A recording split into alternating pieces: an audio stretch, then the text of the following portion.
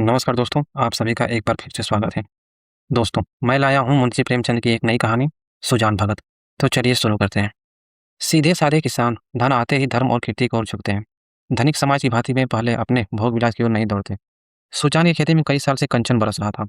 मेहनत तो गाँव के सभी किसान करते थे, पर सुजान के चंद्रमा बनी थे। ऊसर में भी दाना छींट आता तो कुछ न कुछ पैदा हो ही जाता था। 3 वर्ष लगातार ऊख लगती गई।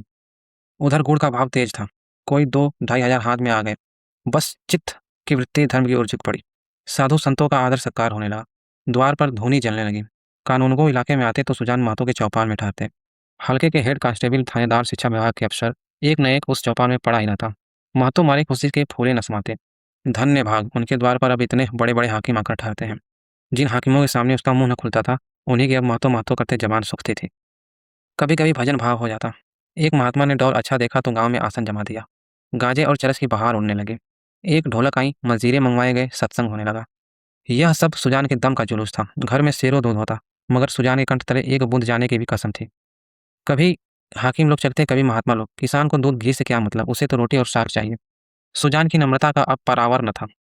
सबके सामने सिर झुकाया जाता। कहीं लोग यह न कहने लगे कि धन पाकर उससे घमंड हो गया है। गांव में कुल 3 कुएं थे। बहुत से खेतों में पानी न पहुंचता था। खेती मारी जाती थी। सुजान ने एक पक्का कुआं और बनवा दिया। कुएं का विवाह हुआ, यज्ञ हुआ, ब्रह्मभोज हुआ। जिस दिन कुएं पर पहली बार पूर चला, सुजान को मानो चारों पदार्थ मिल गए। जो काम गांव में किसी ने न किया था, वह बाप दादा के पुण्य प्रताप से सुजान ने कर दिखाया। एक दिन गांव में गया के यात्री आकर ठहरे। सुजान ही के द्वार पर उनका भोजन बना। सुजान के मन में भी गया यात्रा करने की बहुत दिनों से इच्छा थी। यह अच्छा अवसर देखकर वह भी चलने को तैयार हो गया। उसकी स्त्री बुलाकी ने कहा, अभी रहने दो, अगले साल चलेंगे। सुजान ने गंभीर भाव से कहा, अगले साल क्या होगा कौन जानता है। धर्म के काम में मीन मेष निकालना अच्छा नहीं। जिंदगानी का क्या भरोसा। बुलाकी, हाथ खाली हो जाएगा। सुजान, भगवान की इच्छा होगी तो फिर रुपए आ जाएंगे। उसके यहाँ किस बात की कमी है। बुलाकी, इसका जवाब क्या देती। सत्कार्य में बाधा डालकर अपनी मुक्ति क्यों बिगाड़ती। प्रातःकाल स्त्री और पुरुष गया करने चले। वहां से लौटे तो यज्ञ और ब्रह्मभोज की ठहरी। सारी बिरादरी निमंत्रित हुई। 11 गांव में सुपारी बांटी। इस धूमधाम से कार्य हुआ कि चारों ओर वाह वाह मच गई। सब यही कहते थे कि भगवान धन दे तो दिल में ऐसा ही दे। घमंड तो छू नहीं गया। अपने हाथ से पत्थर उठाता फिरता था। कुल का नाम जगा दिया। बेटा हो तो ऐसा हो, बाप मारा तो घर घर में भूनी भाग नहीं थी। अब लक्ष्मी घुटने तोड़कर आ बैठी है। एक द्वेषी ने कहा, कहीं गड़ा हुआ धन पा गया है। तो चारों ओर से उस पर बौछारें पड़ने लगी। हाँ, तुम्हारे बाप दादा जो खजाना छोड़ गए थे, वही उसके हाथ लग गया है। अरे भैया, यह धर्म की कमाई है। तुम भी तो छाती फाड़ कर काम करते हो। क्यों ऐसी ऊख नहीं लगती। क्यों ऐसी फसल नहीं होती। भगवान आदमी का दिल देखते हैं। जो खर्च करना जानता है, उसी को देते हैं। सुजान महतो सुजान भगत हो गए। भगतों के आचार विचार कुछ और ही होते हैं। भगत बिना स्नान किए कुछ नहीं खाता। गंगा जी अगर घर से दूर हो और वह रोज स्नान करके दोपहर तक न लौट सकता हो, तो पर्वों के दिन तो उसे अवश्य ही नहाना चाहिए। भजन भाव उसके घर अवश्य होना चाहिए। पूजा अर्चना उसके लिए अनिवार्य है। खान पान में उसे बहुत विचार रखना पड़ता है। सबसे बड़ी बात यह है कि झूठ का त्याग करना पड़ता है। भगत झूठ नहीं बोल सकता। साधारण मनुष्य को अगर झूठ का दंड 1 मिले तो भगत को 1 लाख से कम नहीं मिल सकता। अज्ञान की अवस्था में कितने ही अपराध क्षम्य हो जाते हैं। ज्ञानी के लिए क्षमा नहीं है, प्रायश्चित नहीं है। अगर है भी तो बहुत कठिन। सुजान को भी अब भगतों की मर्यादा को निभाना पड़ा। अब तक उसका जीवन मजदूर का जीवन था। उसका कोई आदर्श, कोई मर्यादा उसके सामने न थी। अब उसके जीवन में विचार का उदय हुआ, जहाँ का मार्ग कांटों से भरा हुआ है। स्वार्थ सेवा ही पहले उसके जीवन का लक्ष्य था। इसी कांटे से वह परिस्थितियों को तौलता था। वह अब उन्हें औचित्य के कांटों पर तौलने लगा। यूँ कहो कि जड़ जगत से निकलकर उसने चेतन जगत में प्रवेश किया। उसने कुछ लेन-देन करना शुरू किया था, पर अब उसे ब्याज लेते हुए आत्मग्लानि सी होती थी। यहाँ तक कि गऊओं को दुहाते समय उसे बछड़ों का ध्यान बना रहता था। कहीं बछड़ा भूखा न रह जाए, नहीं तो उसका रोया दुखी होगा। वह गाँव का मुखिया था। कितने ही मुकदमों में उसने झूठी शहादतें बनवाई थी। कितनों से डाँड लेकर मामले को रफा-दफा करा दिया था। अब इन व्यापारों से उसे घृणा होती थी। झूठ और प्रपंच से कोसों दूर भागता था। पहले उसकी यह चेष्टा होती थी कि मज़दूरों से जितना काम लिया जा सके, लो, और मज़दूरी जितनी कम दी जा सके, दो। पर अब उसे मज़दूरों के काम की कम, मज़दूरी की अधिक चिंता रहती थी। कहीं बेचारे मज़दूर का रोया न दुखी हो जाए। यह उसका शकुन तकिया सा हो गया। किसी का रोया न दुखी हो जाए। उसके दोनों जवान बेटे बात-बात में उस पर फप्तियाँ कसते। यहाँ तक कि बुलाकी भी अब उसे कोरा भगत समझने लगी, जिसे घर के पहले बुरे से कोई प्रयोजन न था। चेतन जगत में आकर सुजान भगत कोरे भगत रह गए। सुजान के हाथों से धीरे-धीरे अधिकार छीने जाने लगे। किस खेत में क्या बोना है, किसको क्या देना है, किससे क्या लेना है, किस भाव क्या चीज़ बिकी, ऐसी महत्वपूर्ण बातों में भी भगत जी की सलाह न ली जाती थी। भगत के पास कोई जाने ही न पाता। दोनों लड़के या स्वयं बुला के दूर ही से मामला कर लिया करते। गाँव भर में सुजान का मान-सम्मान बढ़ता था, अपने घर में घटता था। लड़के उसका सत्कार अब बहुत करते। उसे हाथ से चारपाई उठाते देख लपक कर खुद उठा लेते। उसे चीलम न भरने देते, यहाँ तक कि उसकी धोती छाँटने के लिए भी आग्रह करते थे। मगर अधिकार उसके हाथ में न था। वह अब घर का स्वामी नहीं, मंदिर का देवता था। एक दिन बुलाकी ओखली में दाल छाँट रही थी कि एक भिखमंगा द्वार पर आकर चिल्लाने लगा। बुलाकी ने सोचा, दाल छाँट लूँ तो उससे कुछ दे दूँ। इतने में बड़ा लड़का भोला आकर बोला, अम्मा, एक महात्मा द्वार पर खड़े गला फाड़ रहे हैं। कुछ दे दो, नहीं तो उनका रोया दुखी हो जाएगा। बुलाकी ने उपेक्षा भाव से कहा, भगत के पाँव में क्या मेहंदी लगी है? क्यों कुछ ले जाकर नहीं दे देते? क्या मेरे 4 हाथ हैं?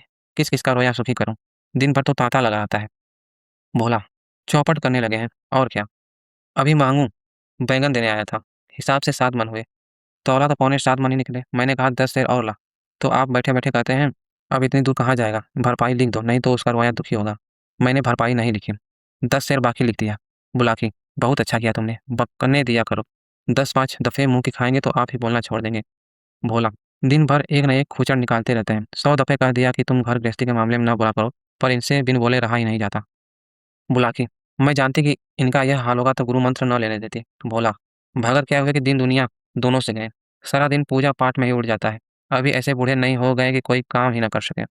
बुलाकी ने आपत्ति की। भोला, यह तुम्हारा कुन्याव है। फावड़ा कुदाल अब उनसे नहीं हो सकता, लेकिन कुछ न कुछ तो करते ही रहते हैं। बैलों को सानी पानी देते हैं, गाय दुहाते हैं और भी जो कुछ हो सकता है करते हैं। भिक्षुक अभी तक खड़ा चिल्ला रहा था। सुजान ने जब घर में से किसी को कुछ लाते ना देखा तो उठकर अंदर गया और कठोर स्वर में बोला, तुम लोगों को सुनाई नहीं देता कि द्वार पर कौन घंटे भर से खड़ा भीख मांग रहा है? अपना काम तो दिन भर करना ही है, एक क्षण भगवान का काम भी तो कर दिया करो। बुलाकी, तुम तो भगवान का काम करने को बैठे ही हो, क्या घर भर भगवान ही का काम करेगा? सुजान, कहाँ आटा रखा है? लाओ मैं ही निकाल कर दे आऊँ, तुम रानी बनकर बैठो। बुलाकी, आटा मैंने भर कर पीसा है, अनाज दे दो। मुड़चिरों के लिए पहर रात से उठकर चक्की नहीं चलाती हूँ। सुजान भंडार घर में गए और एक छोटी सी छाबड़ी को जौ से भरे हुए निकाले। जौ शेर भर से कम न था। सुजान ने जानबूझकर केवल बुलाके और भोला को चिढ़ाने के लिए भिक्षा परंपरा का उल्लंघन किया था। 30 पर भी यह दिखाने के लिए एक छाबड़ी में बहुत ज़्यादा जौ नहीं है। वह उसे चुटकी से पकड़े हुए थे। चुटकी इतना बोझ न संभाल सकती थी, हाथ काँप रहा था। एक क्षण विलंब होने से छाबड़ी के हाथ से छूटकर गिर पड़ने की संभावना थी, इसलिए वह जल्दी से बाहर निकल जाना चाहते थे।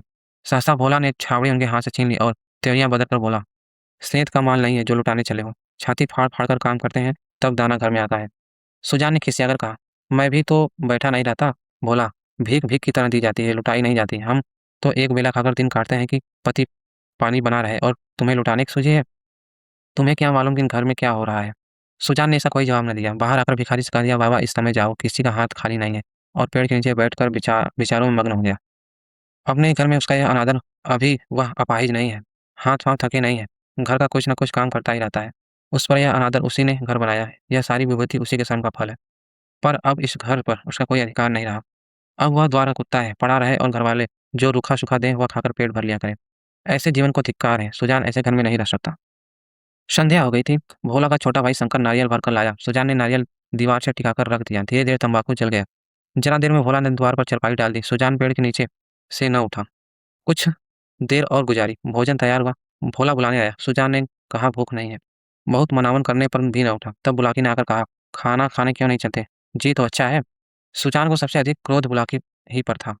यह भी लड़कों के साथ है। यह बैठी देखती रही और भोला ने मेरे हाथ से अनाज छीन लिया। इसके मुंह से इतना भी ना निकला कि ले जाते हैं तो ले जाने दो। लड़कों को ना मालूम हो कि मैंने कितने श्रम से एक गृहस्थी जोड़ी है, पर यह तो जानती है, दिन को दिन और रात को रात नहीं समझा। भादों की अंधेरी रात में मड़ाया लगा के जुगाड़ की रखवाली करता था। जेठ बैसाख की दोपहरी में भी दम न लेता था। और अब मेरा घर, इतना भी अधिकार नहीं कि भीख तक न दे सकूं। माना कि भीख इतनी नहीं दी जाती, लेकिन इनको तो चुप रहना चाहिए था, चाहे मैं घर में आग ही क्यों न लगा देता। कानून से भी तो मेरा कुछ होता है। मैं अपना हिस्सा नहीं खाता, दूसरों को खिला देता हूँ। इसमें किसी के बाप का क्या सजा? अब इस वक्त मनाने आई है, इसे मैंने फूल की छड़ी से भी नहीं छुआ। नहीं तो गांव में ऐसी कौन औरत है जिसने कसम खिलाते न खाई हो? कभी कड़ी निगाह से देखा तक नहीं। रुपए पैसे लेना देना सब इसी के हाथ में दे रखा था। अब रुपए जमा कर लिए हैं तो मुझे से घमंड करती है। अब इससे बेटे प्यारे हैं। मैं तो निकट्टू लुटाऊं, घर फूकूं, घोंगा हूँ। मेरी इसे क्या परवाह? तब लड़के न थे, जब बीमार पड़ी थी और मैं गोद में उठाकर बैठ के घर ले गया था। आज उसके बेटे हैं और यह उनकी माँ है। मैं तो बाहर का आदमी हूँ, मुझसे घर से मतलब ही क्या? भोला बोला, अब खा पी कर क्या करूँगा? हल जोतने से रहा, फावड़ा चलाने से रहा। मुझे खिलाकर दाने को क्यों खराब करेगी? रख दो, बेटे दूसरी बार खाएँगे। बोला कि तुम तो ज़रा-ज़रा सी बात पर तिनक जाते हो। सच कहा है, बुढ़ापे में आदमी की बुद्धि मारी जाती है। भोला ने इतना तो कहा था कि इतनी भीख मत ले जाओ, और कुछ? सुजान, हाँ बेचारा इतना कहकर रह गया। तुम्हें तो मज़ा तब आता जब वह ऊपर से 2-4 डंडे लगा देता। क्यों, अगर यही अभिलाषा है तो पूरी कर लो। भोला खा चुका होगा, बुला लाओ। नहीं बोला को क्यों बुलाती हो? तुम ही न जमा दो 2-4 हाथ। इतनी कसर है वह भी पूरी हो जाए। बुलाकी, हाँ और क्या है? यह तो नारी का धर्म ही है। अपने भाग सराहो कि मुझ जैसी सीधी औरत पाली। जिस बल चाहते हो बिठाते हो। ऐसी मुंहजोर होती तो तुम्हारे घर में एक दिन निवाह न होता। सुजान, हाँ भाई, वह तो मैं ही कह रहा हूँ कि तुम देवी थी और हो। मैं तब भी राक्षस था और अब भी दैत्य हो गया हूँ। बेटे कमाऊँ हैं, उनकी सी न कहोगी। तुम क्या मेरी सी कहोगी? मुझसे अब क्या लेना देना है? बुलाकी, तुम झगड़ा करने पर तुले बैठे हो और मैं झगड़ा बचाती हूँ कि 4 आदमी हंसेंगे। चलकर खाना खा लो सीधे से, नहीं तो मैं भी जाकर सो रहूंगी। सुजान, तुम भूखी क्यों सो रहोगी? तुम्हारे बेटों की कमाई है। हाँ, मैं बाहरी आदमी हूँ। बुलाकी, बेटे तुम्हारे भी हैं। सुजान, नहीं, मैं ऐसे बेटों से बाज आया। किसी और के बेटे होंगे, मेरे बेटे होते तो क्या मेरी यह दुर्गति होती? बुलाकी, गालियाँ दोगे तो मैं भी कुछ कह बैठूंगी। सुनती थी मर्द बड़े समझदार होते हैं, पर तुम तो सबसे न्यारे हो। आदमी को चाहिए कि जैसा समय देखे वैसा काम करे। अब हमारा और तुम्हारा निर्वाह इसी में है कि नाम के मालिक बने रहें और वही करें जो लड़कों को अच्छा लगे। मैं यह बात समझ गई, तुम क्यों नहीं समझ पाते? जो कमाता है उसी का घर में राज होता है। यह दुनिया का दस्तूर है। मैं बिना लड़कों से पूछे कोई काम नहीं करती। तुम क्यों अपने मर्जी करते हो? इतने दिनों तो राज कर लिया, अब क्यों इस माया में पड़े हो? चलो खाना खा लो। सुजान, तो अब मैं द्वार का कुत्ता हूँ? बुलाकी, बात जो थी वह मैंने कहा थी, अब अपने को जो चाहो समझो। सुजान न उठे, बुलाकी हार कर चली गई। सुजान के सामने अब एक नई समस्या खड़ी हो गई थी। वह बहुत दिनों से घर का स्वामी था और अब भी ऐसा ही समझता था। परिस्थिति में कितना उलट-फेर हो गया था, इसकी उसे खबर न थी। लड़के उसकी सेवा सम्मान करते हैं, यह बात उसे भ्रम में डाले हुए थी। लड़के उसके सामने चिलम नहीं पीते, खाट पर नहीं बैठते। क्या यह सब उसके गृहस्वामी होने का प्रमाण न था? पर आज उसे यह ज्ञात हुआ कि यह केवल श्रद्धा थी, उसके स्वामित्व का प्रमाण नहीं।